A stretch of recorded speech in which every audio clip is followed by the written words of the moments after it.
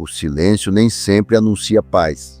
Às vezes, ele apenas antecede o confronto. Há momentos em que tudo parece parado, mas por baixo da superfície, forças antigas se reorganizam. Decisões tomadas em segredo amadurecem.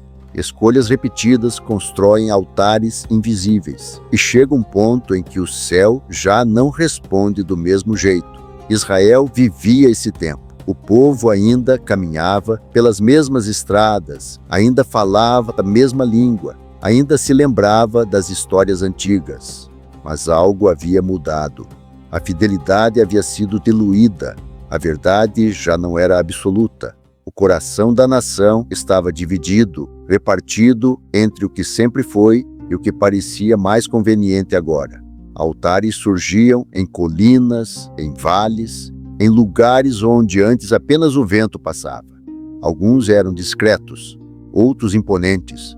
Todos exigiam algo em troca. Os nomes eram diferentes, mas a promessa era sempre a mesma: controle, prosperidade, segurança. O rei Acabe governava, mas não conduzia. Seu trono estava firme, mas sua liderança era frágil.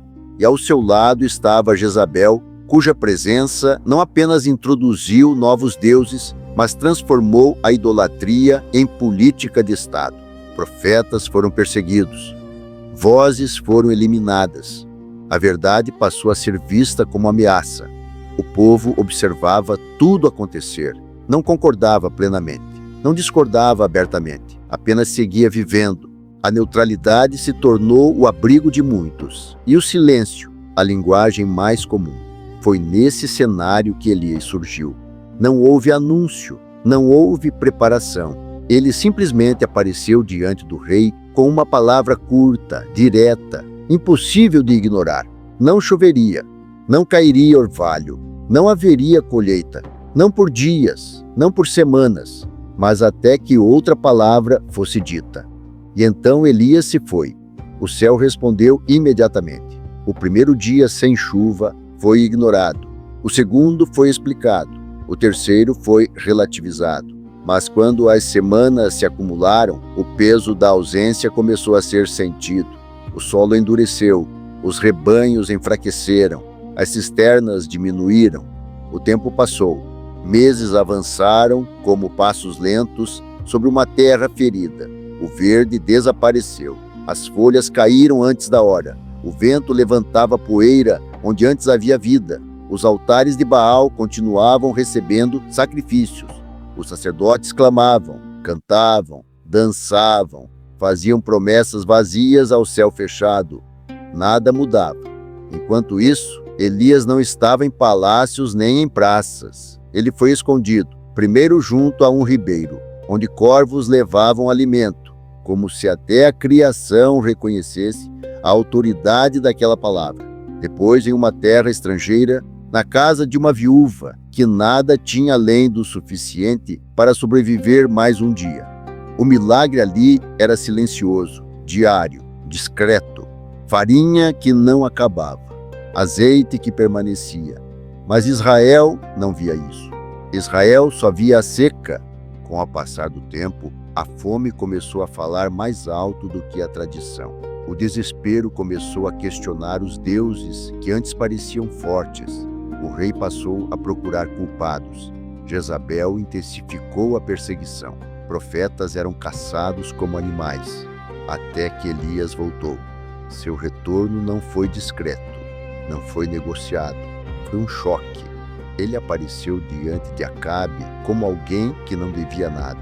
Não pediu audiência, não se explicou, apenas lançou a pergunta que ninguém queria ouvir. Quem afinal estava confundindo Israel? O confronto já não era apenas espiritual, tornou-se público, inevitável, necessário. Elias propôs algo simples, direto, irrecusável: reunir todo o povo, trazer os profetas de Baal, escolher um lugar alto, visível, impossível de ignorar, o Monte Carmelo. Ali não haveria discursos longos, ali não haveria diplomacia, ali não haveria espaço para neutralidade. O povo se reuniu como quem assiste a algo histórico, mas sem saber o desfecho. Homens, mulheres, mulheres, crianças, rostos marcados pela fome, olhos cansados pela espera. O silêncio era pesado, a expectativa sufocante. Diante deles estavam centenas de profetas de Baal, vestidos com símbolos, confiantes no número, acostumados ao domínio. E diante deles também um único homem, Elias, sem adornos, sem proteção, sem exército, apenas firme. Ele olhou para o povo. Não gritou, não implorou, não ameaçou. A pergunta foi lançada no ar como uma lâmina. Até quando vocês continuarão divididos? Até quando hesitarão entre dois caminhos? Se o Senhor é Deus, sigam-no. Se Baal é Deus, sigam-no. Não houve resposta, nenhuma palavra, nenhum grito, nenhuma reação. O silêncio do povo foi mais revelador do que qualquer discurso. Então Elias estabeleceu as regras. 2 altares, 2 sacrifícios, nenhum fogo humano. O Deus que respondesse com fogo seria reconhecido diante de todos. Era simples, era justo, era definitivo. Os profetas de Baal aceitaram imediatamente. Tinham número, tinham tradição recente, tinham confiança. Escolheram primeiro, prepararam o altar, organizaram o sacrifício. Tudo foi feito com precisão ritualística. O sol subiu e eles começaram a clamar. Horas passaram, vozes se elevaram, cânticos ecoaram pelo monte, danças começaram, o suor escorria, o desespero crescia, nada acontecia. O altar permanecia frio, o tempo avançou, o sol queimava, a fome do povo observava em silêncio. Os profetas gritavam mais alto, pulavam, rasgavam as próprias vestes. O sangue começou a escorrer, misturando-se à poeira do chão, e o céu continuava fechado. Elias observava, sem pressa, sem ansiedade, sem interferir. Quando o dia já avançava, quando o cansaço tomava conta, quando as vozes já estavam roucas, Elias finalmente se aproximou. Chamou o povo para mais perto. Reconstruiu um altar antigo, esquecido, quebrado.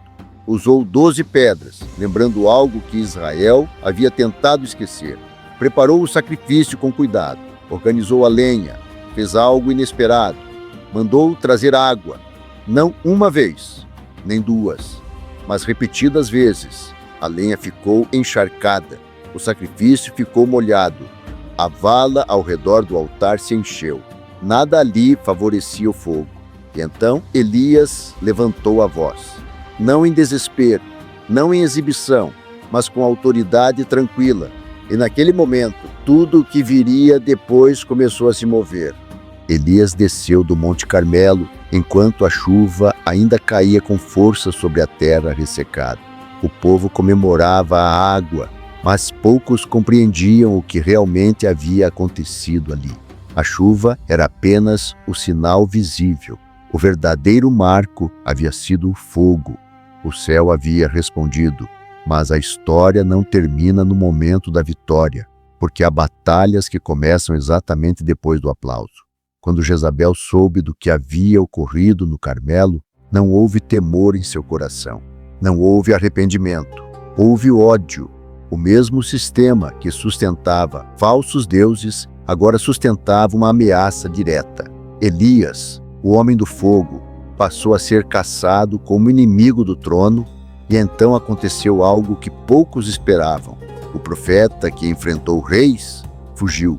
O homem que confrontou multidões se escondeu. A voz que desafiou o céu se calou. Elias caminhou até onde o corpo aguentou. Cada passo parecia mais pesado do que o anterior, até que ele parou, sozinho, longe do monte, longe do povo, longe do espetáculo. Ali não havia multidões, não havia fogo, não havia sinais visíveis, havia cansaço. O silêncio agora era outro. Não era o silêncio antes do confronto. Era o silêncio depois da batalha. Um silêncio que pesa, um silêncio que expõe o que ninguém vê. Um silêncio que revela que até os mais fortes também se esgotam. Elias adormeceu ali, não por descuido, mas por exaustão. E naquele lugar esquecido, Deus voltou a se manifestar. Não com fogo, não com trovão, não com vento impetuoso, mas com cuidado, com sustento, com presença. O mesmo Deus que respondeu no Carmelo agora respondia no deserto. Mais tarde, Elias subiria outro monte, não para desafiar falsos deuses, mas para ouvir. E aprenderia que o poder que consome altares também sustenta corações cansados, que o Deus que age de forma grandiosa também se revela no sussurro. O Monte Carmelo ficou marcado na história como o dia em que a neutralidade terminou. Um lugar onde a verdade se revelou sem espaço para dúvidas. Um momento em que o céu respondeu diante de todos, assim como na história de Sansão. Outro homem levantado em tempos de decadência, cercado por inimigos, marcado por força, conflito e propósito. Elias nos mostra que Deus não trabalha com multidões indecisas, mas com posicionamento. Se você ainda não ouviu a história completa de Sansão, ela está disponível aqui no canal. O link está na descrição. Esses relatos atravessaram séculos porque continuam vivos, porque continuam ecoando onde decisões precisam ser tomadas, onde a fé é colocada à prova, onde o silêncio ainda pede uma resposta. Antes de sair, deixe algo simples nos comentários. Escreva apenas esta frase: o fogo ainda desce. Esse gesto ajuda esta mensagem a alcançar outras pessoas e cria um sinal silencioso de quem ainda reconhece quando o céu responde. Se este relato fez sentido para você, apoiar o canal com o seu gostei fortalece esse trabalho. E ao se inscrever, você mantém vivo este espaço onde as histórias antigas continuam sendo contadas com peso, respeito e profundidade. O fogo caiu, a chuva voltou, o altar foi consumido e a pergunta lançada no Monte Carmelo ainda atravessa o tempo. Até quando? Enquanto essa pergunta permanece no ar, a história continua, não apenas nas páginas antigas, mas em cada coração que ainda escuta.